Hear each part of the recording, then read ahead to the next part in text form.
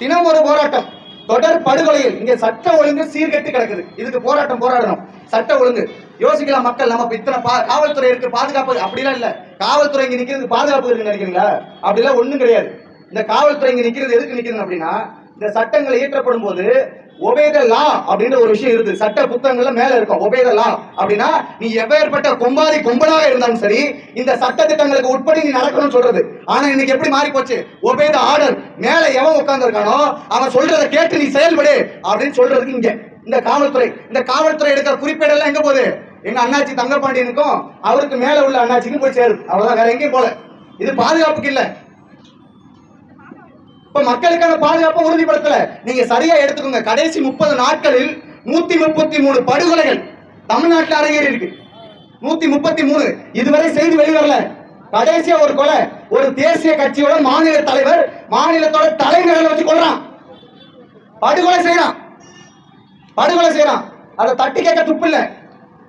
கேட்டா என்ன பண்றது? அந்த இறந்துட்டாரு, அவர் செத்து போயிட்டாரு. செத்தவர் மீது அவச்சொல் அவ்வளவு கேவலமா சொல்றான். அவர் கட்ட பஞ்சாயத்து பண்ணாரு, நிறைய கொடுக்கல் வாங்கல, நிறைய பிரச்சனை. இந்த மாதிரி கேவலமான விமர்சனம் அவர் மீது வைக்கிறாங்க. ஒரு தேசிய கட்சியோட மாநில தலைவர் ஆம்ஸ்டாங் அப்படின்ற ஒரு மேல அவ்வளவு பெரிய கேவலமான குற்றச்சாட்டுல வைக்கிறாங்க. ஏன் காரணம் என்ன அப்படின்னா, இந்த படுகொலைக்கு அரசு பொறுப்பேற்கல. முறைப்படி இந்த அரசு தான் பொறுப்பேற்கணும். வீட்டு வாசல்ல, வீட்டுக்குள்ள நடக்கல, வீட்டு வாசல்ல நடு ரோட்ல 4 பேர் சேர்ந்து வெட்டி கொள்றான். அதுக்கு இந்த அரசு பொறுப்பேற்க துப்பு இல்ல. அதுக்கு என்ன பண்ணுது? அவங்க மீது அவதூறு பரப்புது. அந்த அவதூறான இது எல்லா அவதூறு பரப்புங்க, இருந்துட்டு போட்டோம்.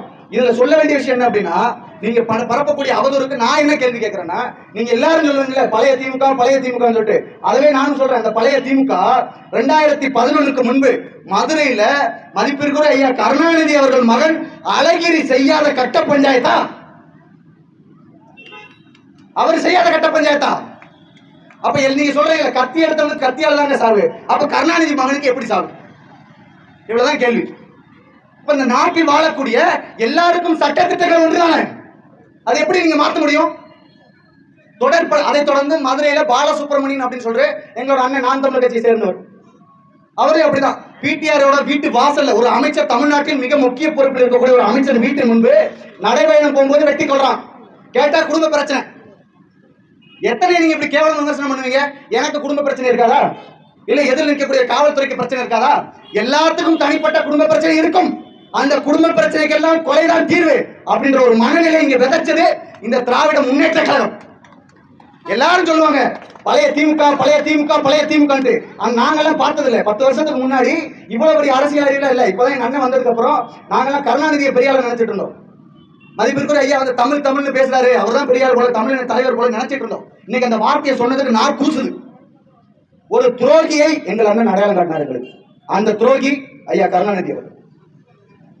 அப்ப அவங்க எல்லாம் சொல்லுவாங்க பழைய திமுக அப்படின்ட்டு. இந்த பழைய திமுக அந்த ஆட்சியை நாங்க பார்க்கல. அப்ப எவ்வளவு ஒரு கேவலமான திமுகவா இருந்திருக்கும் இன்னைக்கு பாக்குறோம். நாங்க தொடர் படுகொலைகள்,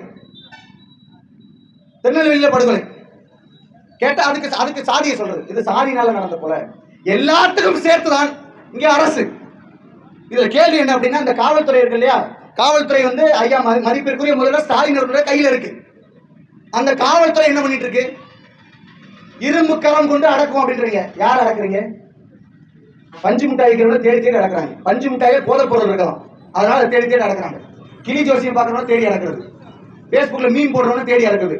இந்த அரசுக்கு எதிராக யாரெல்லாம் பேசுறவங்க அத்தனை பேரும் கொதவலை நெருக்கிறது. இதுதான் செஞ்சுட்டு இருக்கு. இது தொடர்ந்து கண்காணிப்பு வேற. பின்னாடி என்னென்ன பேசுறாங்க, போனை விட்டு கேட்கறது, எல்லா வேலையும் பண்றீங்கல்ல. இத்தனையும் செய்யக்கூடிய இந்த அரசு தொடர்ந்து 30 நாட்களாக ஒருவரை தொடர்ச்சி அவர் என்னென்னலாம் செய்யறாருன்றதை ஃபாலோ பண்ணி ஒருத்தர் நடு ரோட்ல வச்சு வெட்டி கொள்றதுக்கு ஒருத்தர் தயாராகும் போது அதை நீங்க ஏன் தட்டி கேட்கல? ஏன் இந்த அரசை தட்டி கேட்கல? ஏன் இதை கண்டுபிடிக்கல? அப்ப இதை ஆதரிக்கிறாரா? யாரெல்லாம் பேசுறவங்க எல்லாத்துக்கும் வெட்டி தான் கொள்ளுவோம் அப்படின்னு இந்த திராவிட முன்னேற்ற கழகமும் மதிப்பிற்குரிய ஐயா கருணாநிதி அவர்களின் மகன் மதிப்பிற்குரிய ஐயா ஸ்டாலின் அவர்களும் ஆதரிக்கிறாரா? தொடர்ச்சியா கொலைகள். இதை மறைக்க புதுசா கதை. எத்தனை கதைகள் நீங்க கொடுப்பீங்க? இன்னைக்கு மின்கட்டண உயர்வை ஏற்றிருக்காங்க. மின்கட்டண உயர்வை ஏற்றுறதுக்கு தமிழ்நாட்டில் பல கட்சிகள் போராடுறாங்க. அந்த பல கட்சிகள், உதாரணத்திற்கு இங்க முன்னாடி வேட்பாளர் சட்டமன்றத்துக்கு நின்றாப்புல கேடிஆர் அவர்கள், விருதுநகர்ல ஒரு ஆர்ப்பாட்டம் எடுத்திருந்தாங்க. அவர்கிட்ட போய் கேளுங்க, இந்த மக்கள் எதுக்காக நீங்க ஆர்ப்பாட்டம் செஞ்சு மின் கட்டண உயர்வு கண்டித்து, இது உங்க ஆட்சியில் என்ன பண்ணீங்க, நாங்களும் கூட்டணும். இப்ப என்ன பண்ணாங்க, அவங்க அதோட கூட்டினாங்க. எப்பதான் குறைப்பீங்க கேட்டா பதில் தெரியாது. ஏன்னா குறைக்கிறதுக்கான எந்த சாத்தியமும் இல்ல. நாம் தமிழர் கட்சி போராடுது அப்படின்னா, நாம் தமிழர் கட்சி ஒரு ஆட்சி வரைவு வச்சிருக்கு. மின் கட்டணத்தை குறைக்கணும், மின்னு தற்சார்பு பொருளாதாரமா மாற்றணும் அப்படின்றது ஒரு ஆட்சி வரைவு இங்க இருக்கு. அதனால இவ்வளவு சத்தமா பேசுறோம். பேசக்கூடிய தெம்பும் திராணியும் இருக்கு. கேள்வி கேட்டா பதில் சொல்ல முடியும். தமிழ்நாட்டில் இருக்கிறவனுக்கு யூனிட்டுக்கு 9 ரூபாய். இயற்கை வளம் என்னோடது. அங்க வேலை செய்யக்கூடிய பணியாளர்கள் என்னோட ஆட்கள். என்னோட தமிழ்நாட்டின் எல்லைக்குள்ள மின் உற்பத்தி செய்யற எனக்கு 9 ரூபாய். என்கிட்ட இருந்து வாங்கிட்டு போற வேற மாநிலத்துல 3 ரூபாய் கொடுக்குறேன். அப்ப ஆட்சி யாருக்கு? தமிழ்நாட்டு மக்களுக்கா, பிற நாட்டு மக்களுக்கா? என் நாட்டிலிருந்து உற்பத்தி செய்யக்கூடிய மின் உற்பத்தியை, மின்சாரத்தை வெளிநாட்டுகளுக்கு குறைந்த விலையில, வெளி மாநிலங்களுக்கு குறைந்த விலையில கொடுக்குறீங்க. எங்களுக்கு எப்படி கொடுக்குறீங்க? இதை எல்லாரும் தொடர்ச்சியா செய்யறாங்க. இது இன்னொரு விஷயம் என்ன அப்படின்னா, இதை தமிழ்நாடு அரசு நடத்தவே இல்லை. அதை ஒரு தனியார் கையில கொடுத்துருச்சு. அவன் நடத்தி நீ எவ்வளவு நாள் ரேட் ஏற்றிக்கோ, எங்கிட்ட காசை கொடுத்து, அந்த துறை சார்ந்த அமைச்சர் கொடுத்துரு, அதிகாரிகள் கொடுத்துரு, எல்லாத்தையும் கொடுத்துரு. ஆனா நீ என்ன பண்ணிக்கோ. இப்பேற்பட்ட ஒரு மானங்கட்ட ஆட்சியில இந்த மண்ணில் அரங்கேற்றி இருக்காங்க. நாம் தமிழர் கட்சி என்ன சொல்லுது? சூரிய ஒளி மூலம் மின்சாரத்தை தயாரிப்போம் சொல்றோம். சிரிக்கிறான் சொல்லும்போது அது எப்படி இதெல்லாம் சாத்தியம் அப்படின்னு சிரிக்கிறாங்க. சமீபத்தில் பேஸ்புக் எல்லாரும் யூஸ் பண்ணிட்டு இருக்கீங்க. பேஸ்புக்கோட ஓனர் அவர் சொல்ற எலன் மாஸ்க் அவர்கிட்ட ஒரு கேள்வி கேட்கிறாங்க. இந்த மின்சாரம் அத்தியாவசிய பொருளா மாறிடுச்சு, அதை கட்டுக்கடங்காம அதிக தேவைகள் நிறைய ஆயிட்டு, அதை எப்படி கட்டுப்பாட்டில் கொண்டு வருது, நீங்க ஒரு திட்டம் முன்னெடுத்தா என்ன திட்டத்தை முன்னெடுப்பீங்க அப்படின்னு கேட்கிறாங்க. அவர் கேட்கும்போது எங்கள் அண்ணன் செந்தமிழன் சீமான் அவர்கள் என்ன பேசினாரோ அதை ஆங்கிலத்தில் அவர் பேசினார், வேற ஒண்ணு மாற்றி பேசல. அதே திட்டத்தை தான் சூரிய ஒளி மூலமா மின்சாரம் தயாரிக்கப்படுதான் சொல்றாரு. இதுல நீங்க கேள்வி வேற, நிலக்கரியிலிருந்து அழகா எடுத்துட்டு போறதை விட்டு எதுக்கு சூரிய வெளியில போகணும் அப்படின்னு. மேல அவ்வளவு வெயில் அடிக்குது, அவ்வளவு இயற்கை வளங்கள் இருக்கு, அது மூலமா எடுத்துட்டு போறதை விட்டு இருக்கிறத கரியாக்குறதுக்கு, இயற்கை விவசாயம் செய்ய மண்ணை நாசமாக்குறதுக்கு இந்த சதிகார வேலைகளை செஞ்சுட்டு இருக்காங்க. அப்ப நாம் தமிழர் கட்சி ஆட்சிக்கு வந்தால் மட்டும்தான் இந்த மின்சாரத்தை இலவசமாக கொடுக்க முடியும். கட்டணம் இல்லாத மின்சாரம் நாம் தமிழர் கட்சி கொடுக்க முடியும். இதுக்கு மட்டும் கிடையாதுங்க, மின்சாரத்துக்கு மட்டும் கிடையாது, இலவச குடிநீர் கொடுக்க முடியும். இதுவரைக்கும் என்னெல்லாம் சொல்லியிருக்காங்க சொல்லுங்க? இந்த திராவிட முன்னேற்ற கழகம், ஏடிஎம்கே அவர்கள் சொல்லி, டிஎம்கே அவர்கள் சொல்லி, இந்த மண்ணில் 60 வருஷமா என்னெல்லாம் சொல்லியிருக்காங்க, எதெல்லாம் செஞ்சிருக்காங்க அவ்வளவுதான். ஆனா நாம் தமிழர் கட்சி சொல்லுது, எதெல்லாம் நாங்க செய்வோம், எதுக்கெல்லாம் ஆட்சி வரைவு இருக்கின்றத சொல்றோம். சும்மா வெறுமனைக்கு இங்க பேசல. எங்க அண்ணன் சொல்லும்போது சொன்னாரு, 2 டேம் அங்க மேற்கு இருக்கு, அதை சரி பண்ணாலே எல்லாம் இங்க குடிநீர் பிரச்சனை சரியாயிரும் சொல்லிட்டு. எங்க அண்ணன் தங்கப்பாண்டியன் 30% கொடுக்கணும், 70% வச்சு கட்ட முடியாது, பராமரிக்க முடியாது. அதான் இங்க பிரச்சனை, வேற பிரச்சனை கிடையாது. 30% ரவுண்டா 30% எடுத்து வச்சிடணும். 1 லட்சம் ரூபாய் 30,000 ரூபாய், 1 கோடினா 30 லட்சம். இதை எடுத்து வச்சுட்டு என்னனாலும் பண்ணிக்கும். இதெல்லாம் இங்க நோக்கம். ஆனா நாம் தமிழர் கட்சி அப்படி வரல. குடிநீர் தேவைகளுக்கு நீங்க இன்னும் உதாரணத்துக்கு எடுத்துக்கணும் அப்படின்னா, ஐயா காமராஜர் அவர்களை பெரிதும் போற்றி வணங்கக்கூடிய ஒரு நபர்கள்ல நாங்க எல்லாரும் இருக்கோம். நாங்க அவரோட வழியை தான் பின்பற்றோம். இந்த குடிநீர் வசதி எல்லாம் அவர் இருக்கும்போது எத்தனை அணைகள் கட்டினார், எத்தனை அணைகள் கட்டினாங்க. அந்த அணைகள்லாம் இன்னைக்கு கம்பீரமா நிக்குது. இந்த திராவிட முன்னேற்ற கழகத்தோட ஆட்சியில எத்தனை பாலங்கள் கட்டினாங்க, ஒரு மலைக்கு தாங்க மாட்டேங்குது பாலம். சாலை வசதி, சாலை கட்டிட்டு பாலம் ஒரு மலைக்கு தாங்க. இவங்க எப்படி அணையை கட்டி தண்ணியை சீரா கொடுத்துருவாங்க? அப்ப ஆக சிறந்த மக்கள் தெளிவா சிந்திச்சுக்கோங்க. இந்த திராவிடர்கள், திராவிட கட்சி இந்த மண்ணில் இருக்கக்கூடிய வரை நீங்கள் சுவாசிக்கக்கூடிய காற்றிற்கும் நீங்கள் காசு கொடுக்க வேண்டிய நிலை வரும்.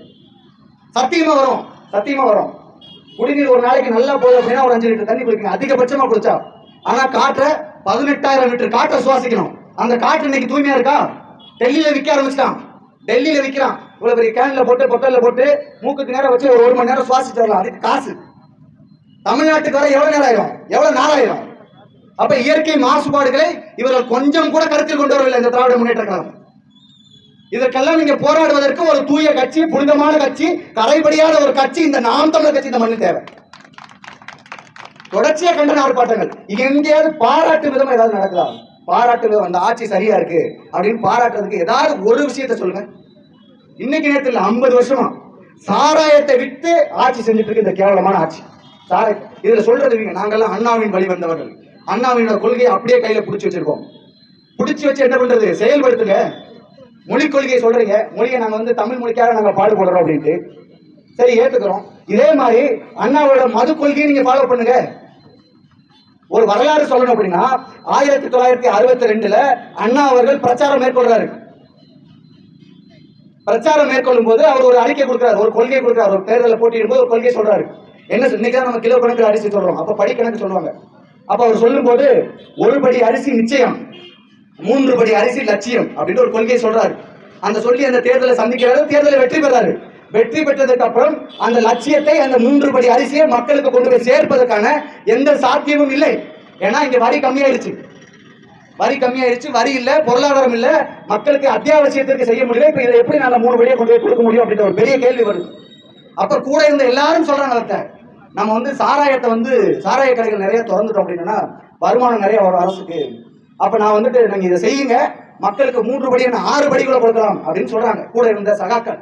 அப்ப அவர் என்ன சொல்றாரு அப்படின்னா, மக்கள் என்னை பொய்வாதி என்று கூறட்டும், பொய் பேசுவவன் என்று கூறட்டும், தேர்தல் வாக்குறுதியை நிறைவேற்றாதவன் என்று சொல்லட்டும், ஆனால் ஒருபோதும் இந்த சாராய கொலைக்கு திறந்தவனுக்கு காரணம் என்ற ஒரு அவப்பேர் எனக்கு வேணாம்னு சொல்லிட்டு தோல்ல துண்டு போட்டு நிறைய கட்டுறாரு. அப்பேற்பட்ட ஒரு மகான்.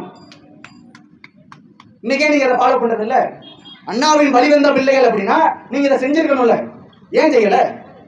அப்ப இந்த சாராயம் என்பது இங்க அத்தியாவசியம். சமீபத்துல கள்ளக்குறிச்சியில சாவுறாங்க, 60 பேருக்கு மேல சாவுறாங்க. யாரு காரணம்? அந்த சாராய காட்சி வித்து அங்கிருந்து வாங்கிட்டு போன இடத்துல இருந்து 200 மீட்டர்ல காவல் நிலையம் இருக்கு. 200 மீட்டர் இருக்கு, இங்க இருந்து பஸ் ஸ்டாப் தான் 200 மீட்டர். இந்த வளைவு, இந்த வளைவுக்கும் இன்றைக்கு சாராயம் காய்ச்சல் இடத்துக்கும் தொடர்பு இல்லாம இருக்குமா? அங்க இருக்கக்கூடிய மாவட்ட ஆட்சியருக்கும் தெரிஞ்சிருக்கும், காவல்துறைக்கும் தெரிஞ்சிருக்கும் அங்க சாராயம் காய்ச்சறாங்க அப்படின்றது. இந்த உளவுத்துறைன்னு ஒண்ணு இருக்கு, இந்த உளவுத்துறை எல்லாத்தையும் உளவு பார்த்து மேல போய் சொல்லியிருக்கோம். ஏன்னா அப்பதான் சரியா கமிஷன் வாங்க முடியும். அப்ப இவ்வளவும் செஞ்சு 200 மீட்டர்ல சாராயம் காய்ச்சனா அது அரசுக்கு தெரியாம செத்து சுடுகாடு போனதற்கு 10 லட்சம். இங்க வாழ வழி இல்ல. குழந்தைகளுக்கு இலவச கல்வியை தரமா கொடுக்க முடியல. அகம்பாதம் எடுத்து கொழுப்பு எடுத்து குடும்பத்தை காப்பாற்ற முடியாமல் சாராயம், கள்ளச்சாராயம் கொடுத்து செத்தவன் குடும்பத்துக்கு 10 லட்சம் ரூபாய் கொடுத்து இந்த அரசு, மாநகர அரசு. அதை கடந்த அடுத்த 1 வாரத்தில் சிவகாசியில பட்டாசு தொழிற்சாலை வெடிச்சு செதறுது. அங்க செத்தவன் குடும்பத்துக்கு 3 லட்சம் கொடுக்குறாங்க. அப்ப எப்பேற்பட்ட ஒரு புரிதல் இந்த அரசு இருக்குது? எது அத்தியாவசியம் என்பதை அறியாத ஒரு மூடர் கூடமாக இந்த திராவிட முன்னேற்ற கழகம் இருக்கு. தெரிஞ்சவனுக்கு தான் அது புரியும். அது சரி, அவங்களுக்கு ஒரு கேள்வி இருக்கும், எனக்கு ஒரு கேள்வி இருக்கு. அங்க சாராயம் காய்ச்சல் ஒரு பேர் கண்ணுக்குட்டி, அவர் பேரு. அந்த கண்ணுக்குட்டிக்கும் அவர் கள்ளச்சாராயம் தனியா ஒரு தோப்புனா உள்ள ஒரு ரூமுக்குள்ள வச்சு சாராயம் காய்ச்சி வித்துருக்காங்க. இதேதான் திராவிட முன்னேற்ற கழகத்தில் இருக்கக்கூடிய டிஆர் பாலு பொது வழியில ஒரு பெரிய ஃபேக்டரி வச்சு கட்டுறாரு. அவருக்கு இவருக்கு என்ன வித்தியாசம்? அவர் தெரியாம காய்ச்சறாரு, இவர் தெரிஞ்சு காய்ச்சறாரு. ஏடிஎம்கே ஆட்சியில் அப்படின்னா 10% கமிஷனோட அந்த சரக்கு பாட்டில தமிழ்நாடு அரசு கொடுப்பாரு. டிஎம்கே ஆட்சியில் கமிஷன் யாருக்கும் கொடுக்க வேண்டாம், நேரடியாக கொடுத்துக்கலாம். இவ்வளவுதான் கோட்பாடு. மக்கள் சிந்திக்கலாம், அந்த மது ஒழிக்கிறோம் அப்படின்னு. திராவிட முன்னேற்ற கழகத்தை இந்த மண்ணிலிருந்து ஒழிக்காத வரை மதுவை ஒருபோதும் ஒழிக்க முடியாது. இத்தனை படுகொலைகளை பத்தி சொல்லிட்டு இருந்தா, இந்த படுகொலை எல்லாத்துக்கும் காரணம் ஒரு சாதாரண மனிதன். நான் என்ன இவ்வளவு கோபமா பேசிட்டு இருக்கேன், என் கையில அறுவாலை கொடுத்து ஒருத்தனை வெட்ட முடியாது. அது மனிதாபிமானம், என்னோட வளர்ப்பு, தமிழ்நாட்டோட பண்பாடு. ஆனால் நான் நானாக இருக்கிற இந்த சமூகத்தில் எந்த சீர்கேடும் நடக்க போவதில்லை. நான் எப்போது மதுவையோ கஞ்சாவையோ அபிநயோ பயன்படுத்துகிறேனோ அப்போது நான் மனிதனாக இருப்பதில்லை, மிருகமாக மாறினேன். இங்க நடந்த கொலைகள் எல்லாம் இந்த மாதிரி போதைப் பொருட்களை உட்கொண்டுதான் நடக்குது. இது இல்லைன்னு சொல்ல முடியுமா இந்த அரசு? ஒருபோதும் சொல்ல முடியாது. ஏன்னா அவங்க தான் விற்கிறாங்க. சமீபத்தில் 10 நாளைக்கு முன்னாடி ஒரு செய்தி, ராஜபாளையத்தில் பள்ளிக்கூடத்துல இருந்து 500 மீட்டர் 1/2 கிலோமீட்டருக்குள்ள 3 பேர் கஞ்சா வித்து மாட்டிக்கிட்டான்னு சொல்லிட்டு எங்க அண்ணன் சாட்டை துறைமுருகன் அவர்கள் சமீபத்தில் விக்கிரவாண்டி தேர்தல் ஒரு பாட்டு பாடிட்டார். அந்த பாட்டுக்கு ஏகப்பட்ட பிரச்சனை. நான் பாட்டு போட வேண்டிய விருப்பப்பட்டீங்கன்னா என் போன்ல இருக்கு போட்டு காட்டுறேன். நான் பாட்டாதான் பிரச்சனை, போன்ல இருக்கு போட்டு காட்டுற வழக்கு போட முடியாது. அப்ப அந்த பாட்டை பாடிட்டு தேர்தல் முடிஞ்சிருச்சு. தேர்தல் முடிஞ்ச உடனே இங்க அவர் சொந்த ஊர்ல ஒரு கைது பண்ணி கூட்டு போறாங்க. தமிழ்நாடு ஃபுல்லா அந்த பாட்டு திருப்பி அடுத்த 1 மணி நேரத்தில் எங்க அண்ணன் பேட்டி கொடுக்குறாரு. அந்த பாட்டு வைரல் ஆகும். அந்த பாட்டை பாடிட்டாங்களாம். அந்த பாட்டை நீங்க எப்படி கலைஞர் அவர்களை நீங்க அவமதிக்கலாம் அப்படின்னு சொல்லிட்டு இங்க ஓபி கிருஷ்ணாபுரம் பக்கத்துல எங்க அண்ணன் சீமான் அவர்களோட உருவப்பொம்மை இருக்கிறாங்க. யார் எதுக்கு? திருட்டுத்தனமா அவங்களோட வரலாறுலாம் பார்த்தோம் அப்படின்னா சொந்த குடும்பத்தார்களே அருவருக்கத்தக்கக்கூடிய கேவலமான செயல்களை செய்யக்கூடிய ஒருவர் கருணாநிதி அவர்களுக்கு ஆதரவு அளிக்கிறார். சரிதானே? இவங்களே எப்படி இருக்காங்க, இங்க யாருக்கு ஆதரவு கொடுப்பாங்க? இது கேட்ட கேள்வி ரோஸ் வேறு வந்தது அவங்களுக்கு. அது கண்டிச்சு ஆர்ப்பாட்டம் போடுறதா செஞ்சோம். அன்னைக்கு எங்க அண்ணன் மதிவன் அவர்கள் சொல்லிட்டு தான் வந்தாரு, ராஜபாளையத்துல சம்பவம் இருக்கு அப்படின்ட்டு. அதனாலதான் இந்த காவல்துறையில இத்தனை பேர் இங்க போட்டுருக்காங்க. கண்டிப்பா உறுதியா இன்னைக்கு எங்க அண்ணன் தங்கப்பாண்டியன் அவர்களுக்கு இருக்கு. ஆனா நான் பேச போறதில்லை, எங்க அண்ணன் மதிவன் அவர்கள் பேசுவார் இன்னும் சிறிது நேரத்துல. ஆக என் அறிவிச்சிருந்த மக்களே தெளிவா சிந்திச்சுக்கோங்க. இந்த அரசு என்பது இன்னும் பல நாசக்கார திட்டங்களை இந்த மண்ணில் ஏறுவதற்கு தயாராக இருக்கு. விக்கிரவாண்டி தேர்தல் நடந்தது, தேர்தல் நடத்த அடுத்த ஒரு வாரத்துக்கு இந்த மின்கட்டண உயர்வை ஏத்துறீங்க. இதை தேர்தல் நடப்பதற்கு முன்பாக நீங்க ஏற்றுக்க வேண்டியதானே? சரியான திடமான நீங்க கருணாநிதியின் மகனாக இருந்திருந்தால் நீங்க இதை செஞ்சிருக்கணுமா இல்லையா? நீங்க அடிக்கடி சொல்றீங்க நான் யார் என்று தெரியுமா, கருணாநிதியின் மகன் என்று சொல்றீங்கல்ல, அப்ப நீங்க அன்னைக்கு ஏற்றுக்கணும். அப்ப மக்கள் வந்து ஓட்டு போடட்டும், நம்ம ஜெயிச்சிருவோம், ஜெயிச்சதுக்கு அப்புறம் நம்ம என்னனாலும் பண்ணுவோம், நம்ம கேள்வி ஆள் இல்லை அப்படின்ற மாதிரி ஒரு அந்த மம்மரைன்னு சொல்லுவாங்க, அந்த மாதிரி ஒரு வேலையில் ஏறி உட்காந்துட்டு இதை செஞ்சுட்டு இருக்கீங்க. இதை ஒருபோதும் நாம் தமிழர் கட்சி ஏற்றுக்காது. தொடர்ச்சியாக இப்ப சமீபத்துல ராஜபாளையத்தை வந்து மாநகராட்சியா அறிவிக்க போறாங்க. மாநகராட்சியா உள்ளுக்குள்ள எல்லாத்துக்கும் ஒரு சந்தோஷம் இருக்கும், மாநகராட்சியில் இருக்க போறோம் அப்படின்ட்டு. ஆனா அதோட விளைவுகள் என்ன அப்படின்னா, நான் வருத்தப்படுறது என்ன அப்படின்னா, ராஜபாளையத்தில் வசிக்கக்கூடிய மக்கள் இது வந்து தொழில் நிறைய இருக்கக்கூடிய ஒரு பூமி, இதை கருத்தில் கொண்டு இந்த அரசு எடுக்குது அப்படின்றத நான் ஏத்துக்கிறேன்.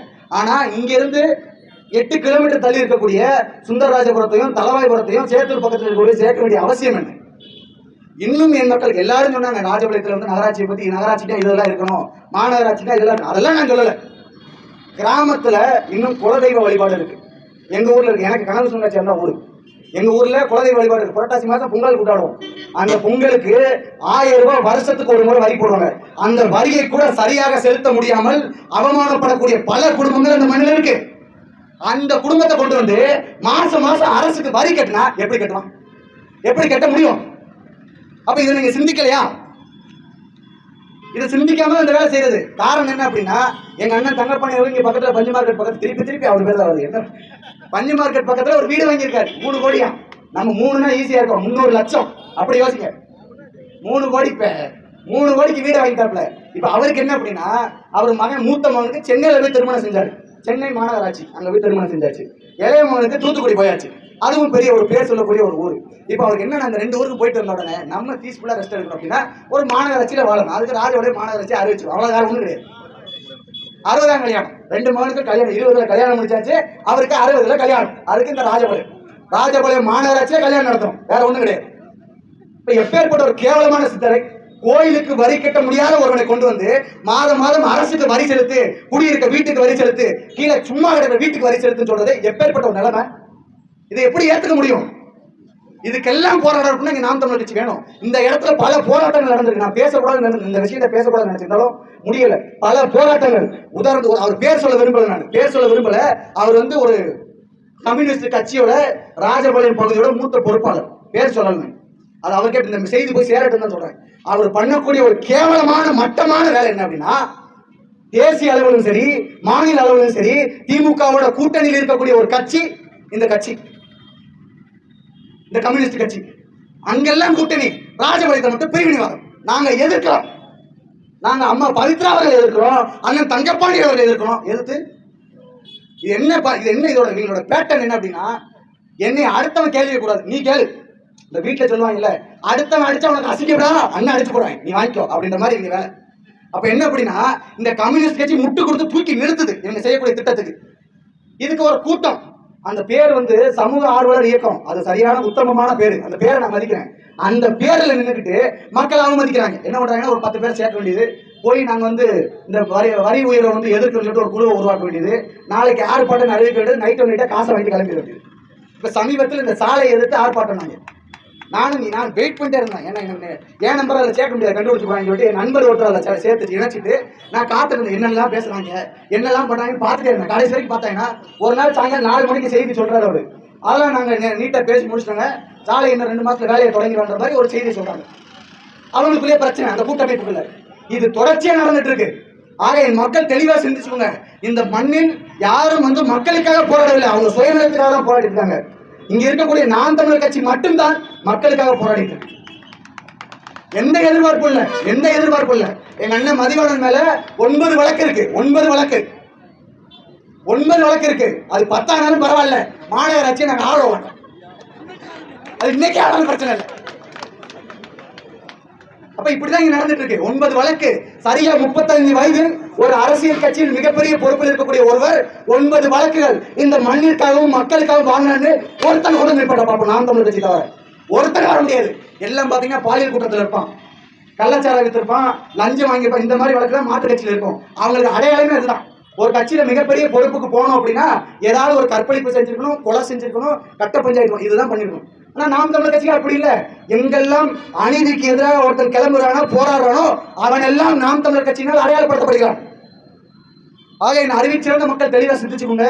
ராஜபாளையத்தில் வந்துட்டு மாநகராட்சியை ஒருபோதும் மாறாது. அதை நாங்கள் ஒருபோதும் அனுமதிக்க மாட்டோம். இனி வரக்கூடிய காலங்களில் நாம் தமிழர் கட்சிக்கும் எங்கள் அண்ணன் செந்தமிழ் சீமானவர்களுக்கும் உங்களது ஆதரவை கொடுங்க. எங்க கூட நில்லுங்க. போராடுறதுக்கு நாங்கெல்லாம் நிற்கிறோம். எங்க கூட நில்லுங்க. கூட நின்று எங்களுக்கு இந்த தமிழக அரசை, தமிழ்நாட்டில் பிறந்த ஒரு தமிழ் குடியான ஒருவர் இந்த மண்ணை ஆள வேண்டும், அதற்கான ஒரு உத்தரவாதத்தை நீங்கள் அளியுங்கள். நன்றி, வணக்கம். நாம் தமிழர்.